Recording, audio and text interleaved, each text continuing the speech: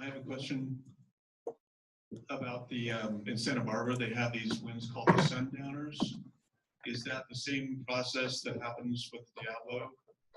Can you explain a little bit about that? Yeah, it's also, the sundowner is their local downslope wind, and it's cross barrier flow. You get a north wind because the mountain range there is east-west, so you get the north wind and it's identical. So everybody has to have their own wind, right? So I tried to name one time and it didn't stick. So I have a question for Jon. So in the analysis of the weather parameters and the areas burned or acres burned, I guess my question is, later you talked about sorting the data set by major halves of the century, but doesn't fire management suppression activities obviously bias the areas burned, acres burned as a variable? And would it be useful to look at, just numbers and starts, or separate the data set by specific eras of management practice? No, that's a very good point. The one thing that we can't factor in a historical study like this is how much of the annual variation we're seeing is due to the climate and how much is due to past land management. There's lots of reasons to think that land management might have had a big impact. For example, if you look over the long-term record in California on Forest Service lands, they had very high area burned in the 20s, then it declined, and then in the 60s it started going back up again. And people have suggested, well, this is climate change driving this. But if you look on CAL FIRE lands, it doesn't show that pattern at all. It shows very high levels in the 20s, then it goes down very sharply, and then it stays relatively low, although there's been a few outstanding fires very recently. Part of it could be management practices. In the early part of the 1900s, the Forest Service and CAL FIRE practiced what they called the 10 a.m. policy, where they threw all resources they had available at putting a fire out, presumably by 10 a.m. the next morning, which was the goal. In the 1960s, with the Aldo Leopold report, it was pointed out that we have been putting fires out in systems where we shouldn't have been putting fire out. The Forest Service has expanded their view of how to deal with fires to the point where they have abandoned the 10 a.m. policy in a lot of landscapes, and they do more of a contain and constrain within watersheds. And that presumably could have resulted in more area burn, maybe had nothing to do with climate. You're absolutely right. We're a long way to being able to parse out exactly how much is due to climate, how much is due to land management. And what I tried to get across in the talk is this is really complicated, and we don't really have the final answer. We could maybe give a qualitative answer of what we think is most important, but there's a lot more research that needs to be done. I have a question for the last gentleman who spoke. I thought I heard you say, and I think it was just one sentence, that prescriptive burns have very little to do with fires caused by extreme winds. Did you say that? Is that correct? What I said was that prescription burns don't have the capacity to stop large wind-driven fires. Okay, so, and would that apply to thinning as well? I mean, it seems like what you're talking about is that when you have a high intensity, wind fire, that it burns the crowns, basically, of the trees. And so what happens below doesn't seem to matter that much. Well, that's a very good point to bring up, and it's something I probably should have emphasized a little bit more. California has the largest latitudinal range of any state, and we can't just talk about what we should do in California and what works in California. We have to specify what types of landscapes. And with respect to that fire history map and the prescribed burns, that was for the Thomas Fire, Southern California shrublands. And in shrublands, it's clear you can do 1,000 acres of prescribed burns, but if you get really high winds, those areas may not burn, but the fire just goes right over them. And so they don't stop the fire. Now, that doesn't mean they have no role. certainly under less extreme conditions, those prescribed burns may have been effective as a passive barrier to fire spread. They're certainly effective when it comes to protecting homes. And the mantra really by fire people in the southern part of the state is we should think in terms of the house out. We should focus on trying to make it safe around homes. We don't need to clear, but what we do need is to thin the shrubs out, get rid of the dead wood, prevent defensible space. But still, there's lots that has to be done around the house because, as somebody pointed out earlier, most homes burn because of embers landing on the roof. And we did a study a few years ago where we looked at the pre-fire characteristics of homes that burned versus ones that didn't at the interface. And the one parameter that came out was consistently significant was whether or not people had a tree overhanging the roof. And very often, we would look at pictures after the fire, and the tree itself wouldn't burn. What the trees are doing is dropping dead leaves on the roof. And that's an illustration of where we need to be focusing on the house and solve the problems at the house and work outward from there rather than try and do prescribed burns across the landscape, because our worst fires are under wind conditions and they're probably not going to solve the problem. Thank you. Is there not a microphone being passed around as well? Where is it? Okay, if you want to, just FYI, and so Lisa will go next, but raise your hand if you want to talk, and then the microphone will come to you. It'll make things a little bit easier. Anyway, go ahead, Lisa, sorry. Earlier this morning, someone had the idea of trying to map wind corridors. I'm wondering if you feel like that's a viable option to try to map where these high wind corridors might be in the landscape. Yeah, that was a great point. I thought about this before, and if you think about canyons and where we get what are called gap flows. So those of you in the Bay Area, you know the wind is coming in through the Golden Gate. That's where you see that for that picture I showed. That's a corridor. The Delta area, Carquinez Strait, that's a corridor. So you could do the same thing on what we call a micro scale level, mesoscale level, where you look at certain valleys and do a climatology and maybe map where the strongest winds are. But again, the Diablo wind and the Santa Ana and the Sundown is really more localized, but the Santa Anas and the Diablo wind, they're kind of regional. And even though you may have a stronger event in the Oakland Hills, it turns out that the tunnel fire 91, that was not a severe Diablo wind case. The winds weren't that strong. We modeled that case with the same system I showed you, and we plotted that case for the Coffey Park transect. It looks a lot like what happened in 2017 here.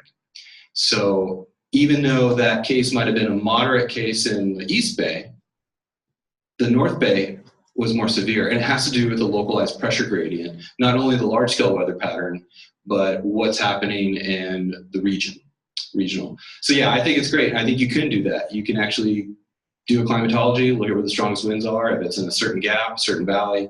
Yeah, it's useful.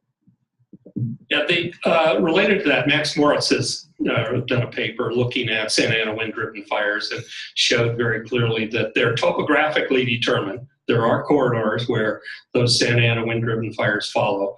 And I've lived in Southern California for a good many decades, and I can tell you they were very localized. One neighborhood would have an extreme wind and the other neighborhood wouldn't. And it's largely because of where they lived. And if they lived at the bottom of a canyon, they were likely to have severe winds. Other places they wouldn't. I think there's enough that we know about these winds to make it worth trying to look for corridors. I've suggested to like San Diego Gas and Electric Company, after they had like $100 million in lawsuits, that maybe they ought to think about finding those corridors and putting underground power in. They're very resistant to doing it for a lot of reasons, primarily financial. But I suppose eventually PG&E may be able to convince them that that's maybe not a good reason for not doing something like that. But the focus that I think some companies are doing, like San Diego Gas and Electric is they're trying to record in real time weather throughout the county. San Diego Gas and Electric now has over 100 weather stations in San Diego County. They have a room about half the size of this auditorium here with monitors all over the walls, and they monitor in real time what the winds are doing.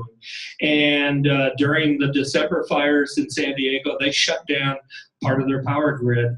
I'm not sure what they were trying to accomplish because they waited till the fire already started before doing it. So all they really did was generate a lot of heat from the public. Can you hear me?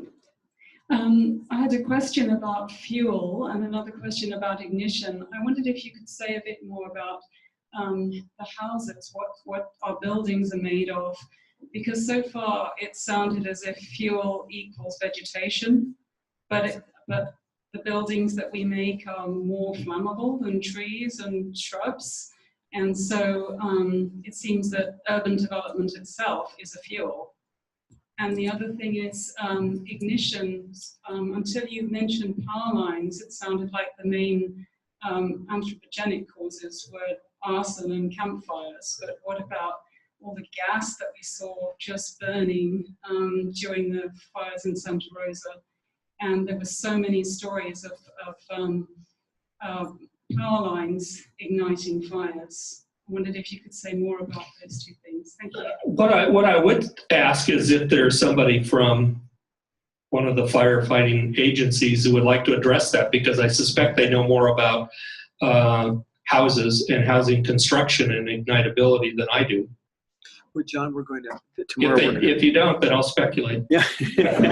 And we also have a whole session on this tomorrow. You might want to know. Okay, yes. Tomorrow we're going to address that, but there's no question, homes, once they get ignited, I mean, one of the problems really in some communities is just density of housing. If you get one house ignited in a high density area, there's a good chance that a lot more are going to ignite. John, this is Yana Balakovic. I'm going to be your speaker tomorrow to talk about the home hardening issue and the home fuel issue. And, essentially the homes are the most vulnerable and most ignitable parts of the landscape. So we'll just leave it as a little precursor to what we're going to hear tomorrow and how to think about the issues. Sounds good. There was another part to that question. Remember what it was? Before you start, there was a second part to that question. What was the other one? Oh, got it. Sorry, got it. So we did cover it. We'll cover it tomorrow. Sorry. Go ahead.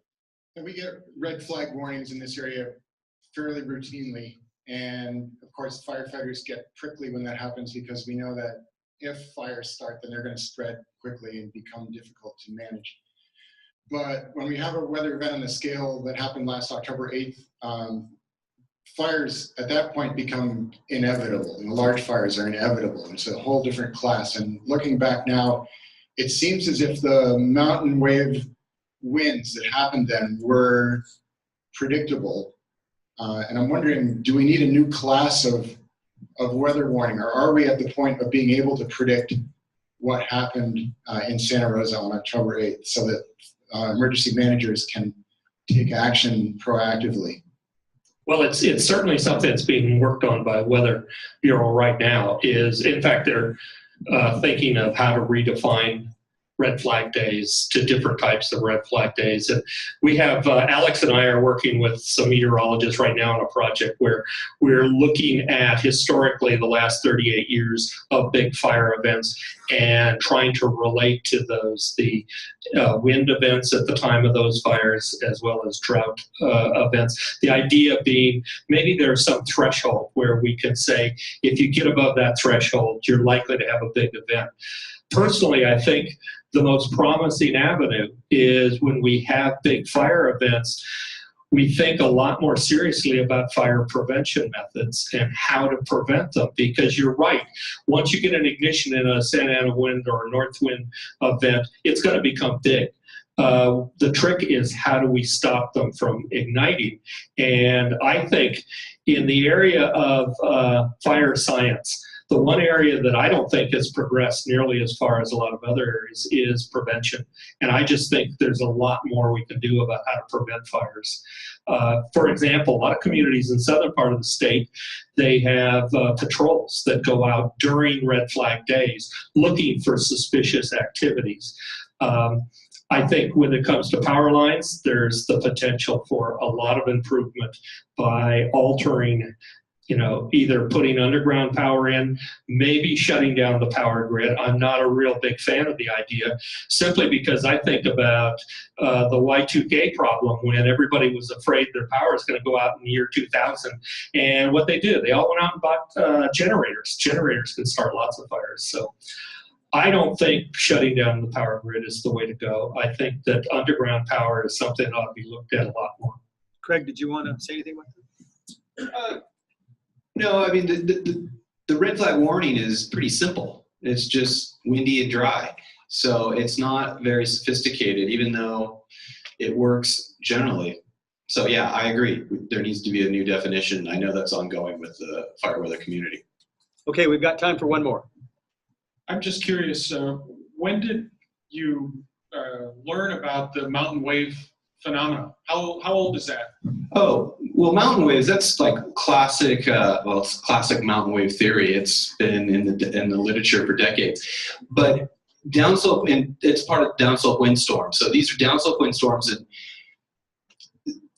the Diablo wind has been known as a downslope windstorm. It's similar to the Mono wind, which is an easterly wind over the Sierra that rarely doesn't occur that often. I showed you some of the frequencies. It's about 9, for the Bay Area, about 9 episodes per year is average for a Diablo wind. Getting something that happened like 2017, October, that was a severe event. And I mean, the Bay Area meteorological community was describing that event.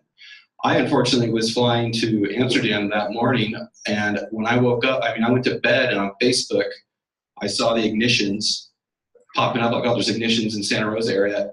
I said, oh my gosh, tonight this is gonna be a nightmare, because I knew that the red flag warning was in effect. I knew it was gonna be a severe downslope windstorm, a Diablo wind event.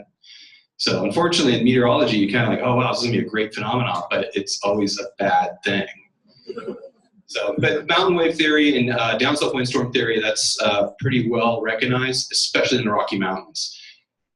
Santa Ana winds are well recognized, well established, and there's a what's called the SATI, the Santa Ana Wind Index, and so PG&E I know is trying to come up with something like that here in Northern California. So it's just now there's a lot of meteorology research groups that are focusing on the phenomenon of interest. So. Awesome. Thanks, you guys.